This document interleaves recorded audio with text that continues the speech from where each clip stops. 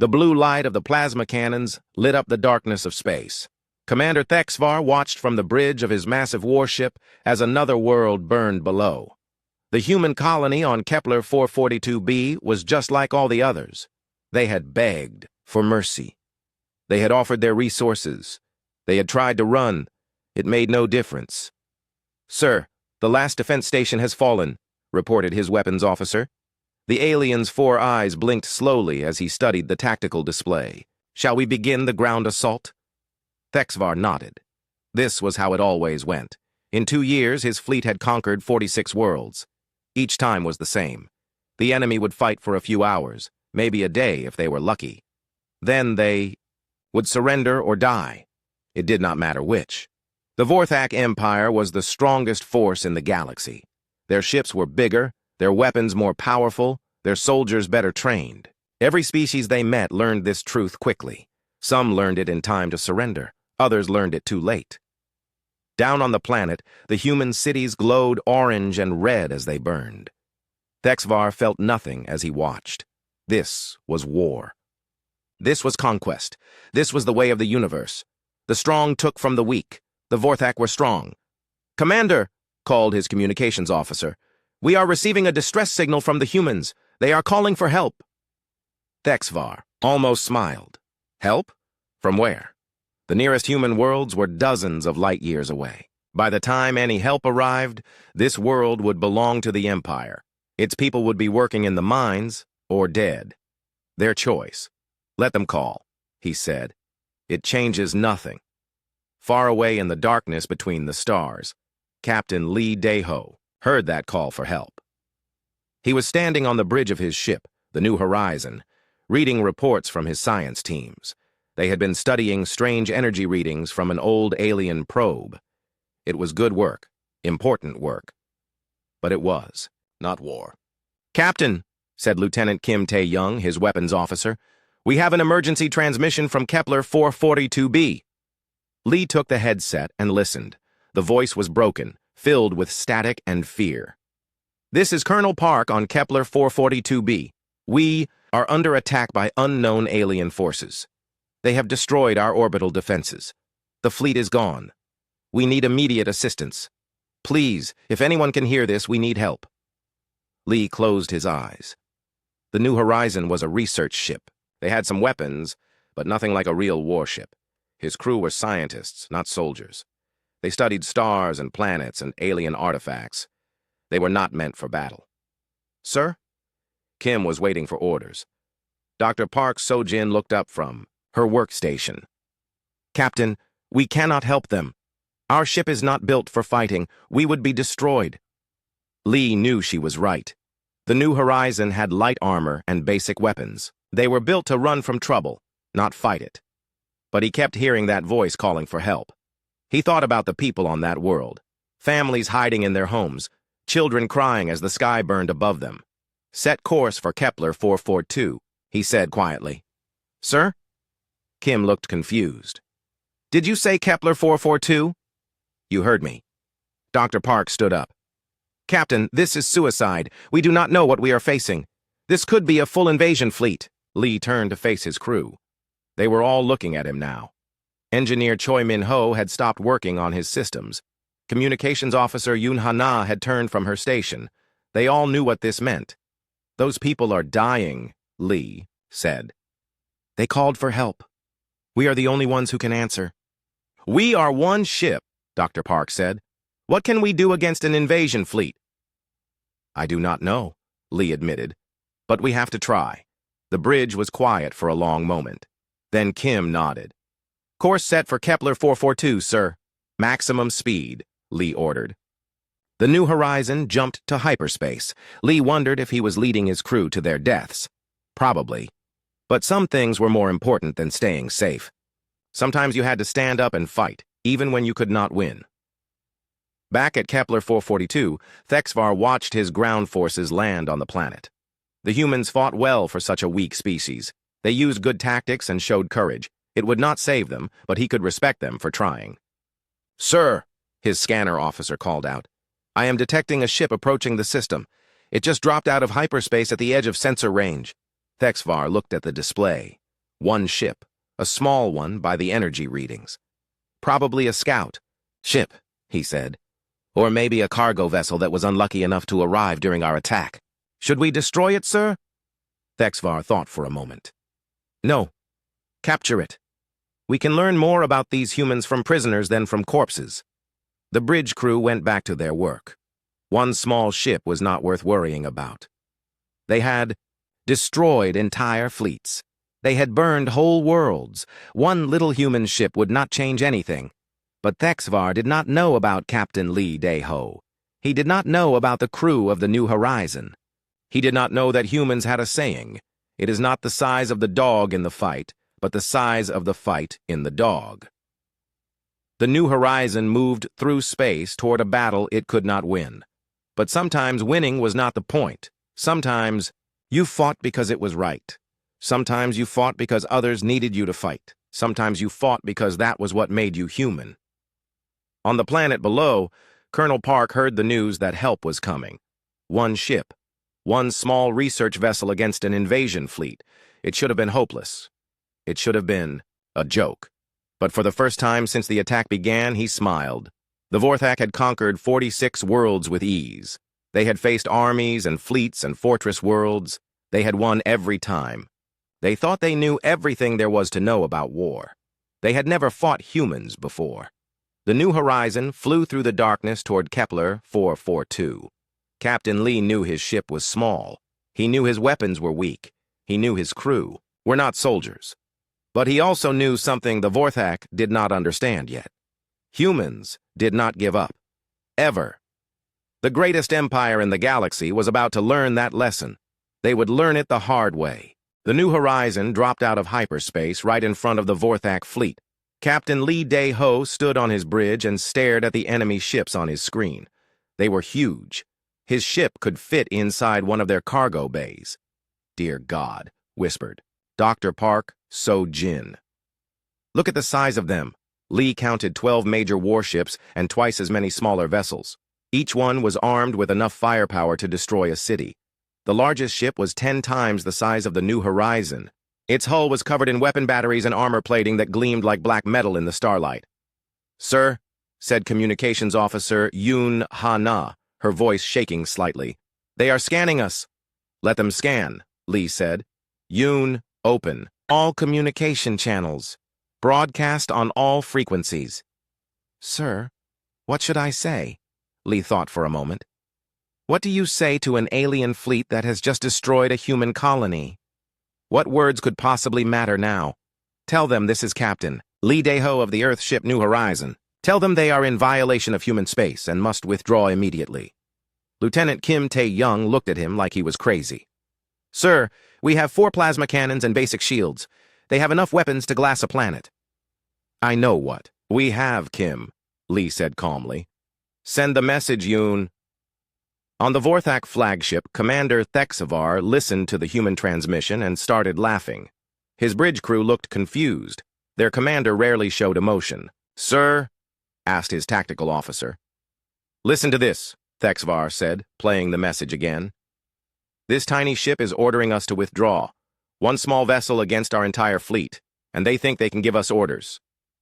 The bridge crew began laughing, too. It was funny. These humans had courage. He would give them that. Stupid courage, but courage all the same. "Sir, should we destroy them?" asked his weapons officer. "No," Thexvar said, wiping his eyes. "I want to capture this ship. I want to meet the captain who thinks he can order the Vorthak Empire around. This should be entertaining." Back on the New Horizon, Engineer Choi Min-ho was crawling through the ship's maintenance tunnels with a box of tools. He was not a military engineer, but he understood energy systems. He understood power distribution. Most importantly, he understood how to break things in useful ways. "Choi, what are you doing back there?" Captain Lee asked over the comm system. "Making modifications, sir," Choi replied, pulling apart a power coupling. "If we are going to fight, we need every advantage we can get." "What kind of modifications?" "The kind that will either save us or blow us up," Choi said cheerfully. "Probably both." Dr. Park shook her head. "This is insane. We should surrender. Maybe they will let us live if we surrender." "Look at the planet," Lee said quietly. Everyone turned to look at the main screen. Kepler 442b was still burning. The cities glowed like dying coals against the night side of the world. Orbital defense stations drifted in pieces around the planet. Those people surrendered, Lee said. Look how much good it did them. Yoon suddenly straightened at her station. Sir, the aliens are responding. Put it on speakers. The voice that came through was deep and harsh, speaking accented but clear English. Human ship. This is Commander Thexvar of the Vorthak Empire. You will surrender your vessel immediately. You will be taken prisoner for questioning. Do not resist, and you will not be harmed. Lee picked up the microphone. Commander Thexvar, this is Captain Lee. I have a counter-proposal. You will withdraw your fleet from human space immediately. You will leave this system and never return. Do this, and we will not destroy you. The silence that followed lasted for almost a full minute. Then Thexvar's laughter came through the speakers. It was not a pleasant sound. Captain Lee, Thexvar said when he stopped laughing, you have one small ship. I have an entire fleet. You have perhaps 50 crew members. I have 10,000 soldiers. Please explain to me how you plan to destroy us. We'll figure something out, Lee said. We're good at that. More silence. Then Thexvar's voice came back, harder now. You have 30 seconds to surrender, Captain. After that, we will take your ship by force. Lee looked around his bridge. His crew were scared, but they were ready. Kim had powered up their weapons. Yoon was monitoring all frequencies. Dr. Park was running calculations on her computer. Pilot Jang Woo-jin had his hands on the flight. Controls. Ready to move. 20 seconds, Captain Lee. Choi's voice came over the comm. Captain, my modifications are ready. Our weapons now have 50% more power. Our engines can overload for short bursts of extra speed. And our sensor array can now emit a focused electromagnetic pulse. Will it work? Lee asked. Maybe, Choi said. If it doesn't work, we will probably explode. 10 seconds, Captain. Lee took a deep breath. He thought about his family back on Earth. He thought about the colonies depending on ships like his for protection. He thought about the people dying on the planet below. Time's up, Thexvar announced. You had your chance. Kim, Lee said quietly. Fire a warning shot across their bow. Sir, their bow is 2 kilometers long. Pick a spot. Kim fired. The plasma bolt streaked across space and splashed harmlessly against the alien flagships. Shields. But something was different about this shot. The energy signature was wrong. The frequency was unusual. The targeting pattern showed sophisticated fire control. On the Vorthak bridge, the tactical officer was frowning at his displays. Sir, that weapon signature is not matching our database. Their targeting system is more advanced than our scans indicated. Thexvar looked more closely at the readings. The human ship was small, yes, but its technology was not primitive. Their engines showed efficiency ratings his own engineers would be proud of. Their shields were generating power curves that seemed impossible for a ship that size. Analysis, he ordered. Sir, I am not sure. Their technology is different from anything we have encountered. Not necessarily better, but different. Very different. For the first time since the battle began, Thexvar felt something like concern. In 46 conquests, every species had used technology similar to their own. Plasma weapons, particle shields, fusion drives. The same basic principles, just less advanced. But these humans were using systems he did not recognize. Their ship was generating energy patterns that made no sense according to Vorthak science. Sir, his communications officer called out, the human ship is moving. Thexvar watched as the tiny vessel suddenly accelerated, not toward his fleet, which would have been suicidal, not away from his fleet, which would have been sensible. Instead, it was moving perpendicular to the line of battle, at an angle that put it behind a cluster of asteroids. What are they doing? His tactical officer asked. Thexvar did not answer. He was starting to think that question was going to become very important very quickly. On the new horizon, Captain Lee was about to find out if human ingenuity could beat alien firepower. The odds were terrible. The enemy was overwhelming. His ship was outgunned and outnumbered, but humans had been fighting against bad odds for their entire history. They had learned a few things along the way. Yang, take us into the asteroid field, Lee ordered. Kim, target their escort ships, not the big one. Choi, Get ready to overload everything. Aye, sir, they replied together. The real battle was about to begin. The first Vorthak escort ship exploded in a ball of white fire. Commander Thexvar stared at his tactical display in disbelief. The human ship had somehow turned their deep space sensor array into a weapon. The electromagnetic pulse had overloaded the escort's shields and caused a cascade failure in their power systems. How did they do that?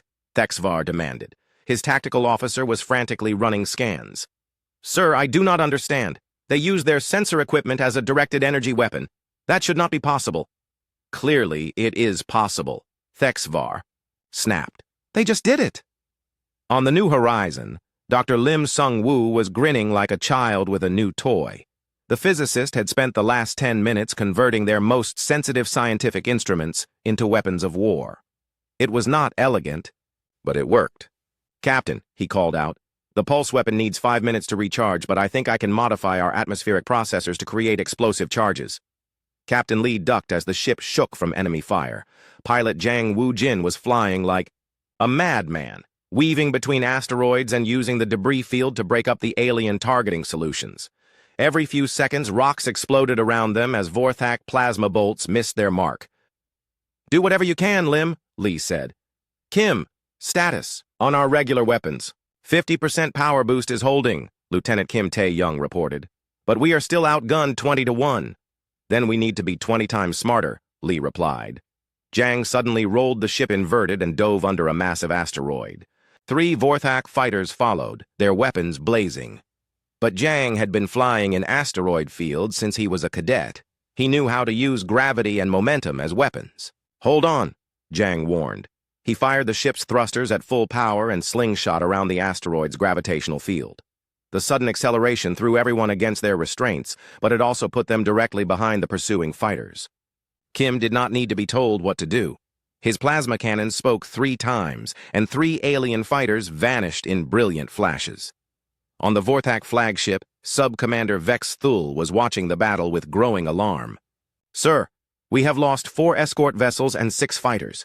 The human ship is using the asteroid field like a weapon. Send more ships, Thexvar ordered. Sir, with respect, sending more ships into that debris field may not be wise.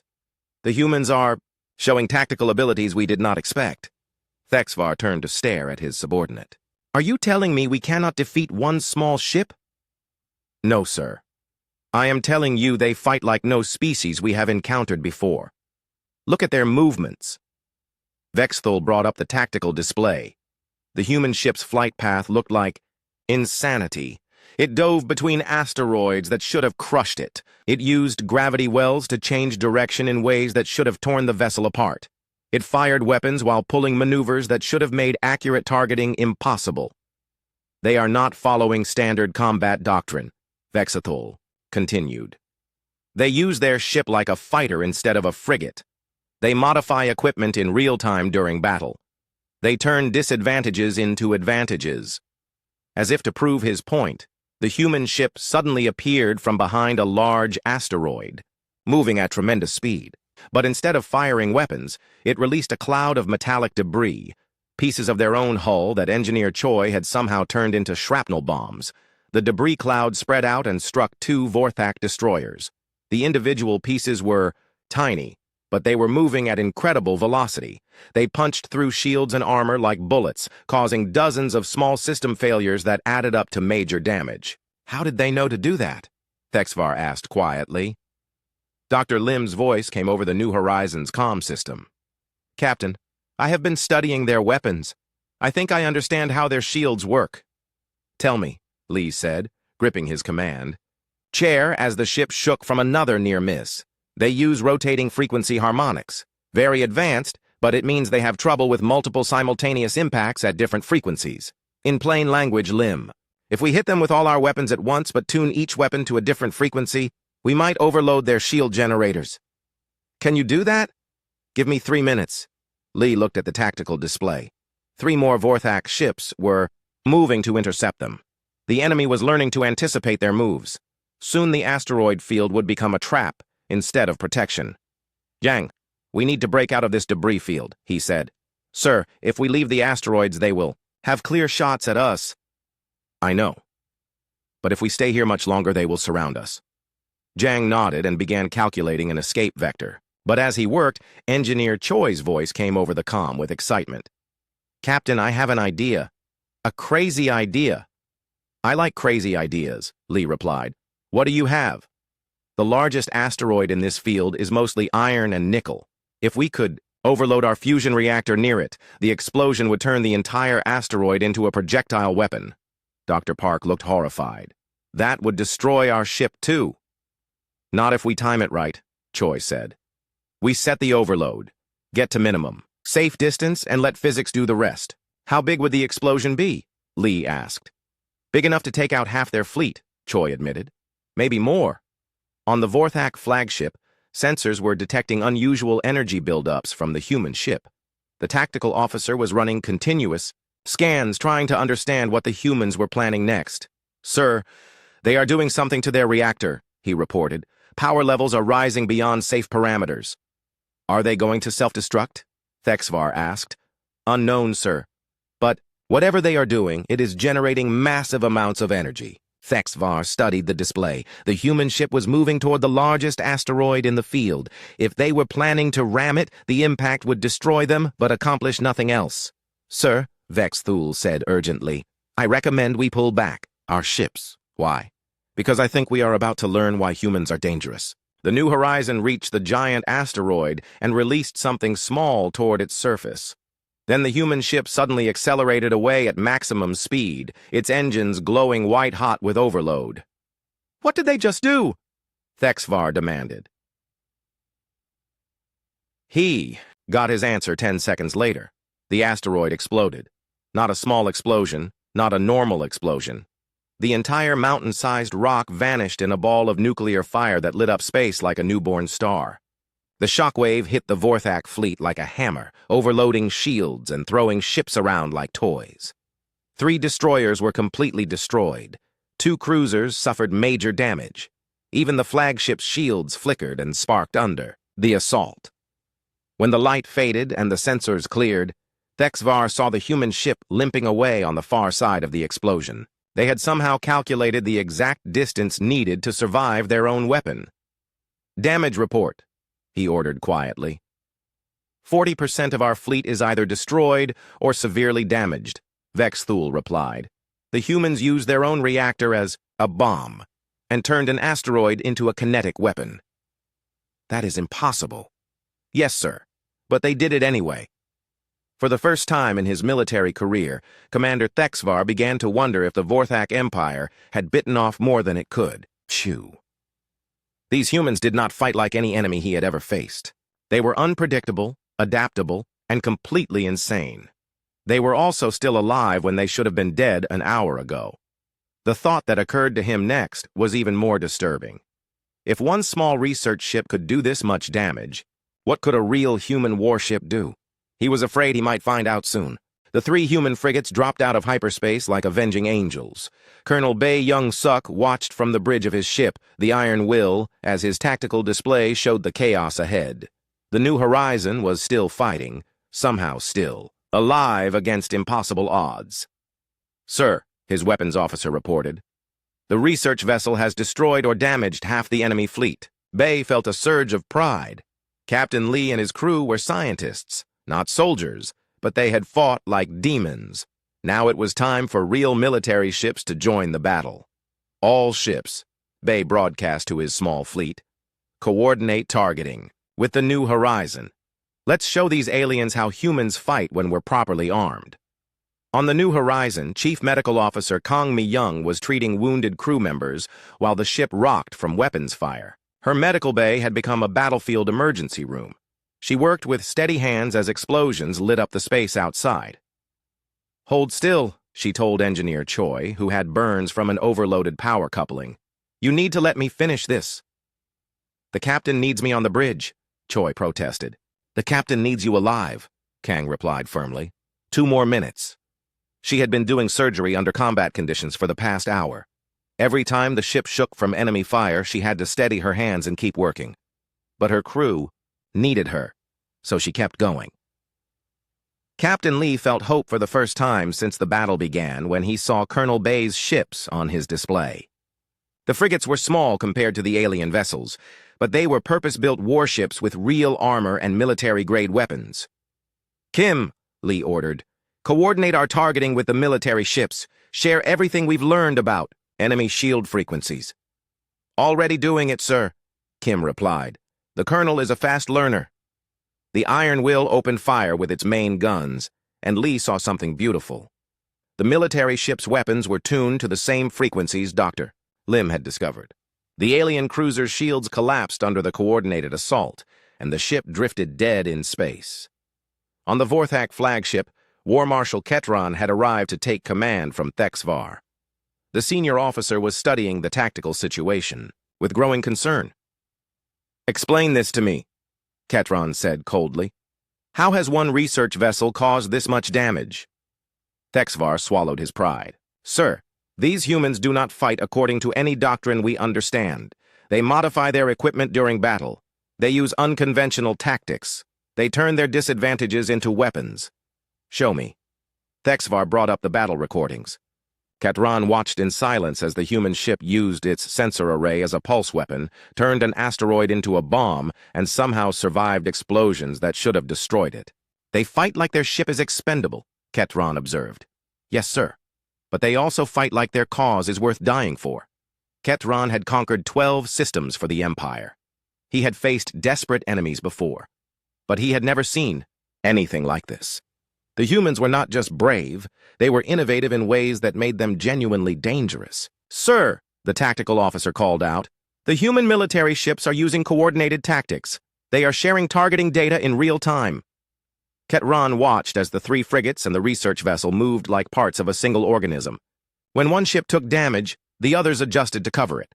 When one found a weakness in alien defenses, they all exploited it immediately. "They learn fast," he admitted. Colonel Bay was learning more than tactics. He was learning about human courage. As he watched the New Horizon limp through the battlefield on damaged engines, still fighting after hours of combat, he understood something important. "All ships," he broadcast, "we are not just fighting for this colony. We are fighting to show the galaxy what humans are made of." The Iron Will moved in close to a damaged Vorthak destroyer. Instead of destroying it, Bay ordered his boarding teams to capture it intact. "Sir?" his tactical officer questioned. "We need their technology," Bay explained. "We need to understand how they think. Knowledge is the best weapon." The human Marines stormed aboard the alien ship with determination that surprised the Vorthak crew. These humans did not just fight to win.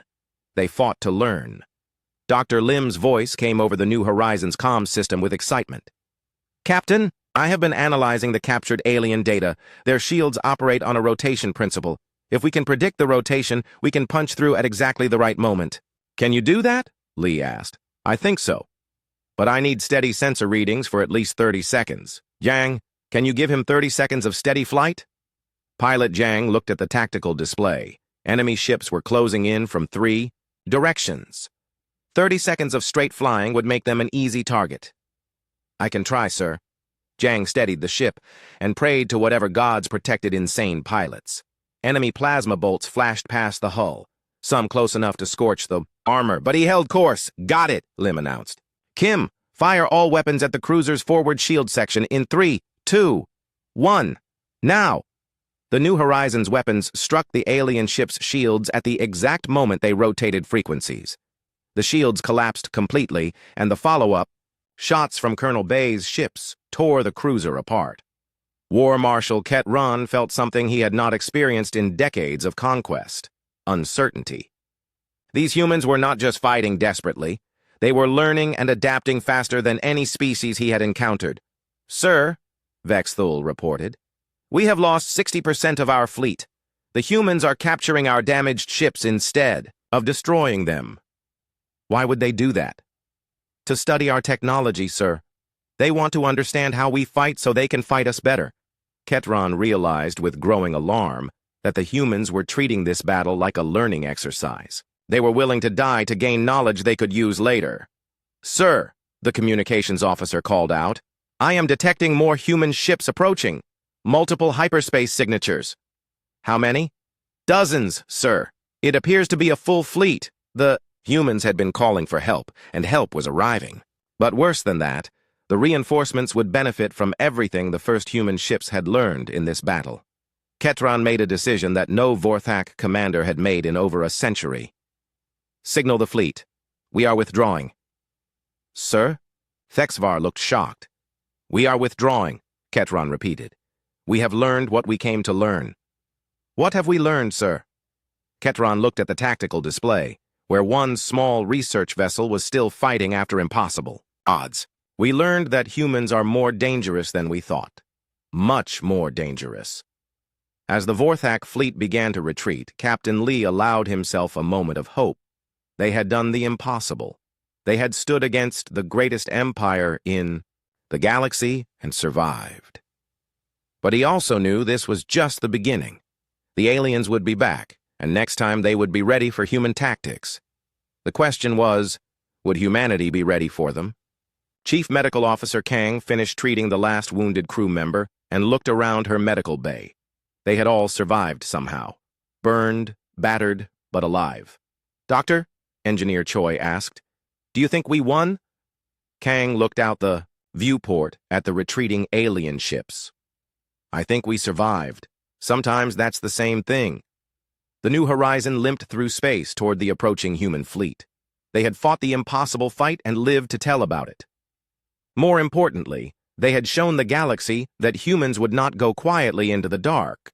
The Vorthak Empire was about to learn that conquering humanity would not be as easy as conquering other worlds.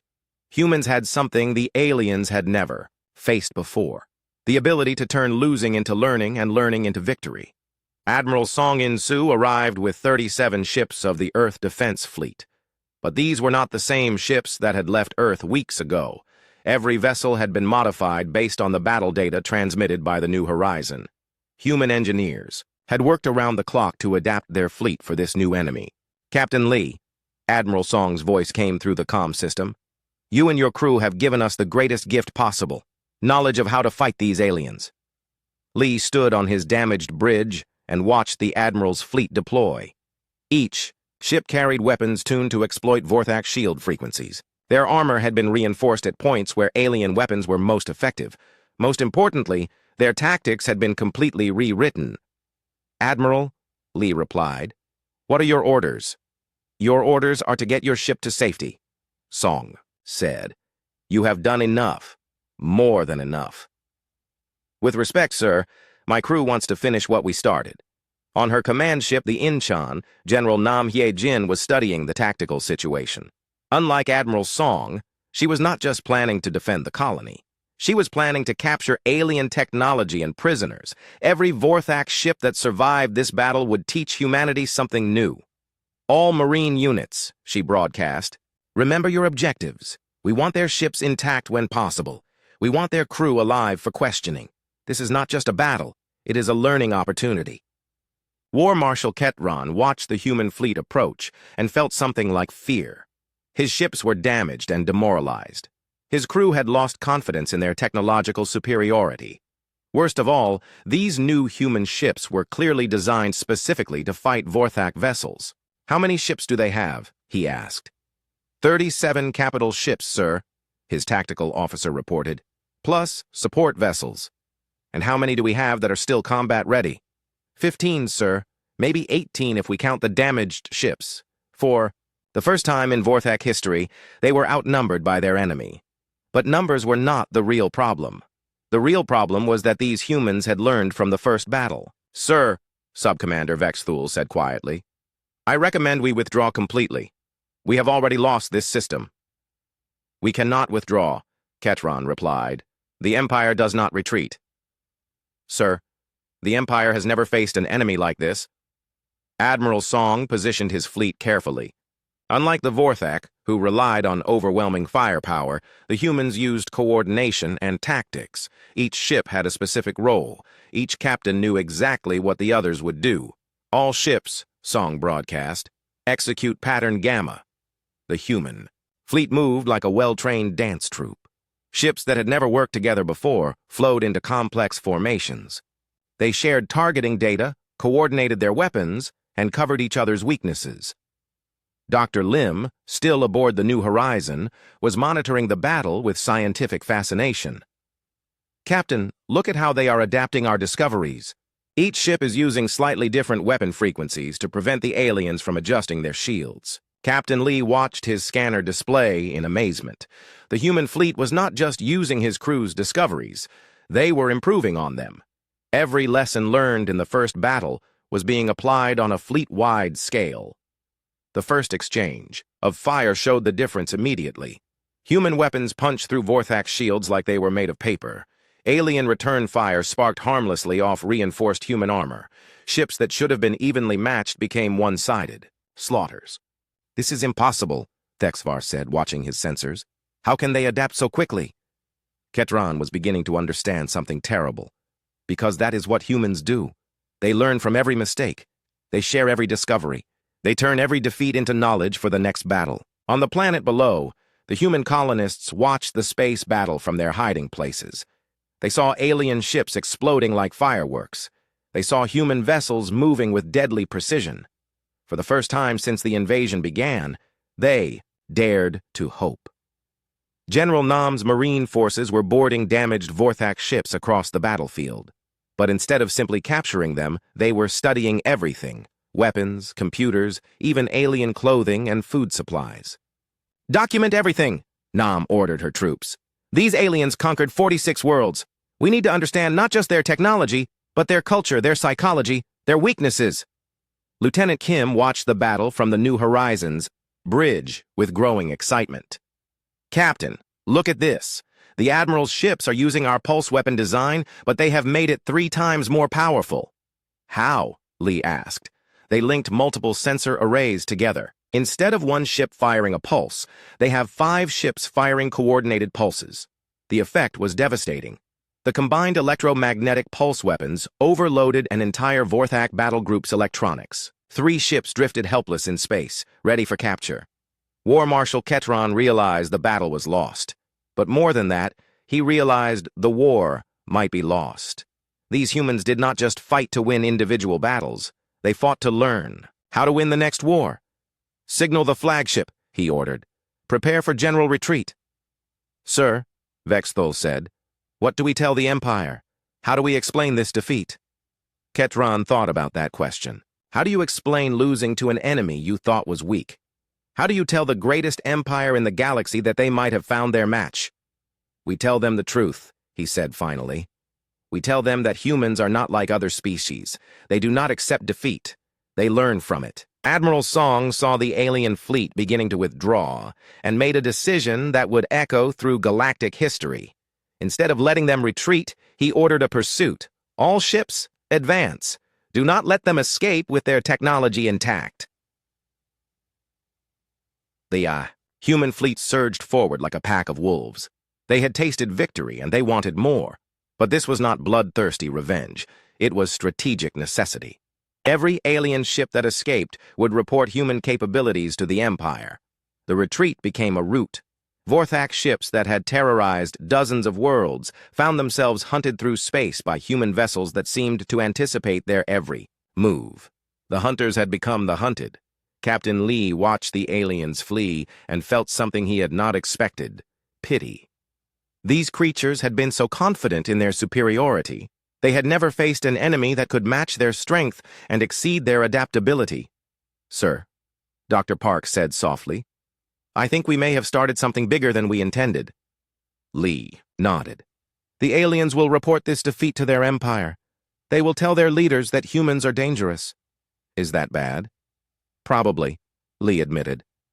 "But it was going to happen eventually. Better to fight them when they underestimate us than when they understand what we are capable of." The battle ended with the complete destruction or capture of the Vorthak fleet. Only 3 alien ships escaped to hyperspace, carrying news of the defeat back to their empire. General Nam surveyed the captured vessels and felt a surge of satisfaction. 12 intact Vorthak ships, hundreds of prisoners, and terabytes of alien data. Humanity had just gained decades' worth of technological advancement in a single battle. "Begin immediate analysis of all captured materials," she ordered. "I want to know everything about these aliens. their science, their military doctrine, their political structure, everything. Admiral Song stood on his bridge and looked out at the stars. Somewhere out there was an empire that had conquered nearly 50 worlds. Now they knew that humanity existed, and they knew humans could fight. Communications, Song ordered.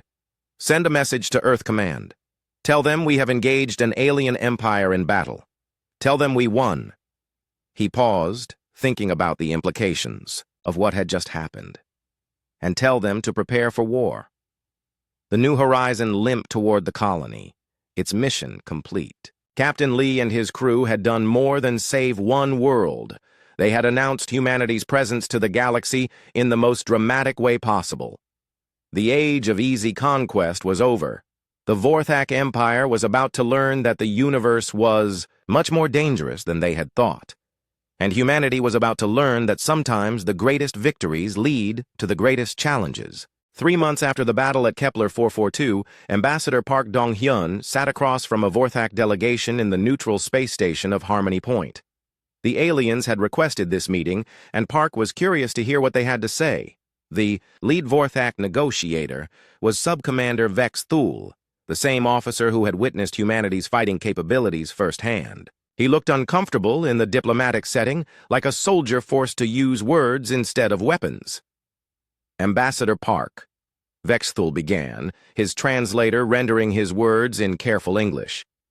The Vorthak Empire wishes to discuss terms of coexistence. Park raised an eyebrow. Coexistence, not surrender terms for humanity. No, Vex Thule said quietly. We are not here to demand your surrender. This was unprecedented. The Vorthak Empire had never negotiated with anyone. They conquered, or they destroyed. The fact that they were willing to talk showed how much the battle had changed their thinking. What does the Empire want? Park asked.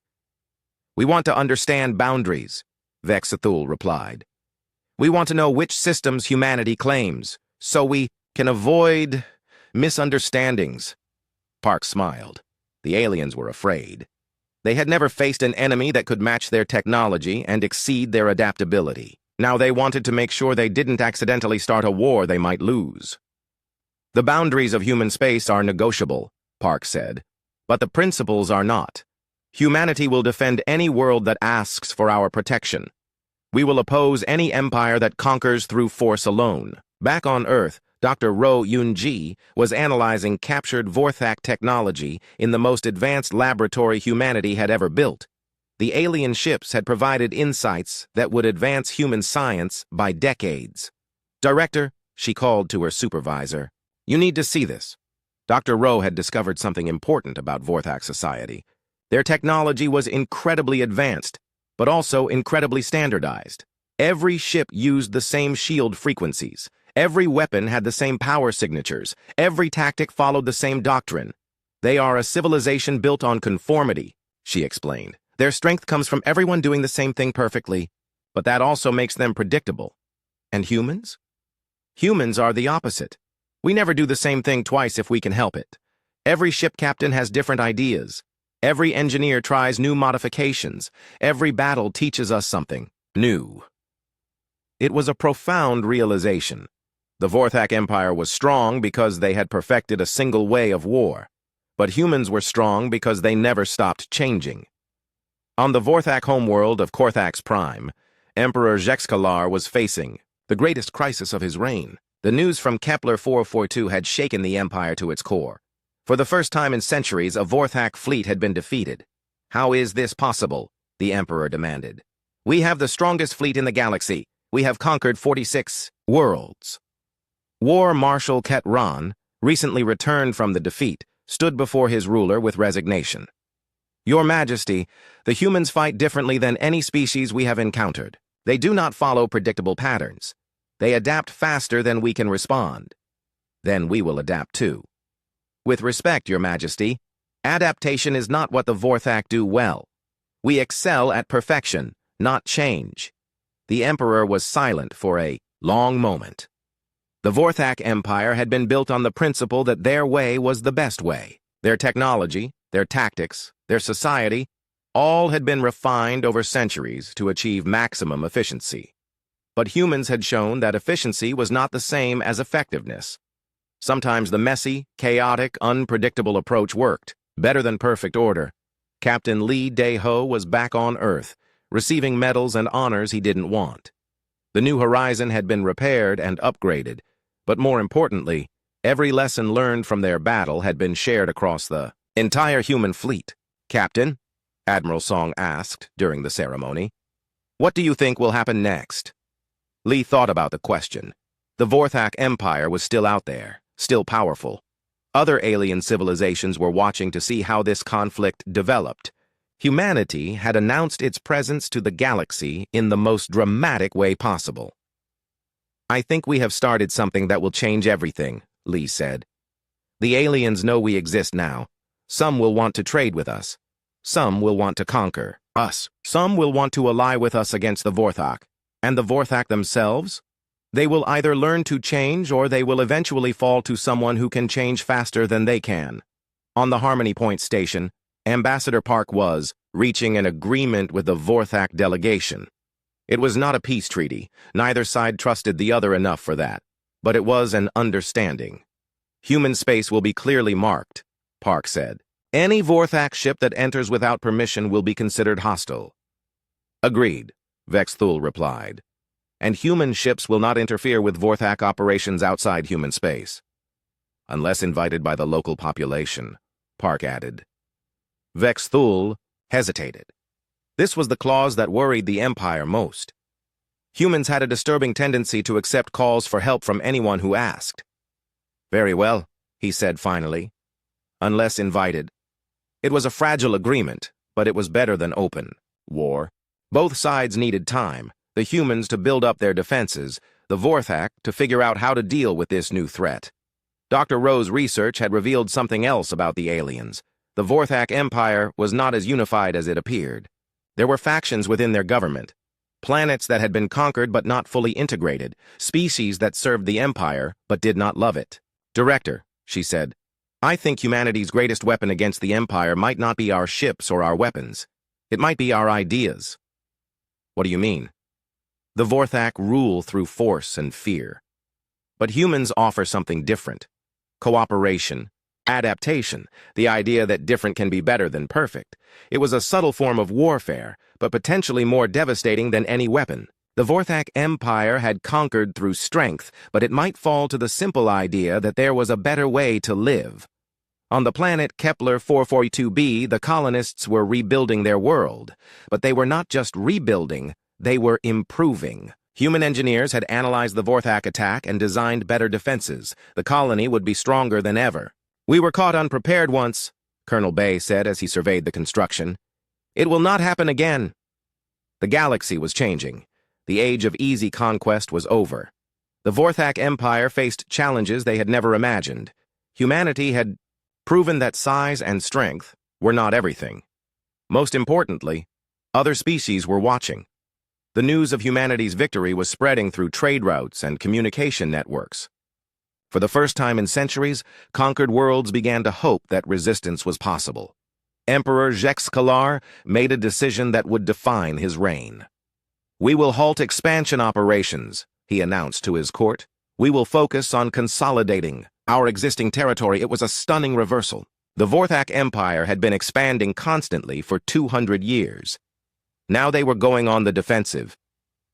"Your Majesty," one of his advisors protested, "if we stop expanding, other powers will see it as weakness." "Better to appear weak than to be defeated," the Emperor replied. "The humans have taught us that victory is not guaranteed. We must be more careful in choosing our battles." Captain Lee stood on the observation deck of the rebuilt New Horizon and looked out at the stars. Somewhere out there was an empire that had been forced to change its plans because of one small research ship and its crew. It was a reminder that sometimes the smallest actions could have the largest consequences. Sometimes standing up to bullies worked, even when the odds were impossible. But Lee also knew this was just the beginning. Humanity had announced itself to the galaxy, and the galaxy was a dangerous place. There would be other threats, other challenges, other impossible battles to fight. That was okay. Humans were good at impossible battles. They had been fighting them for their entire history. The New Horizon turned toward deep space, ready for its next mission. Whatever came next, humanity would face it with the same qualities that had saved Kepler 442: adaptation, innovation, and the stubborn refusal to give up. The galaxy was about to learn that the age of human expansion had begun. And unlike the Vorthak, humans expanded not through conquest but through friendship, alliance, and the simple belief that everyone deserved a chance to be free. It was a different kind of empire, one built on cooperation instead of force, and it was going to change everything.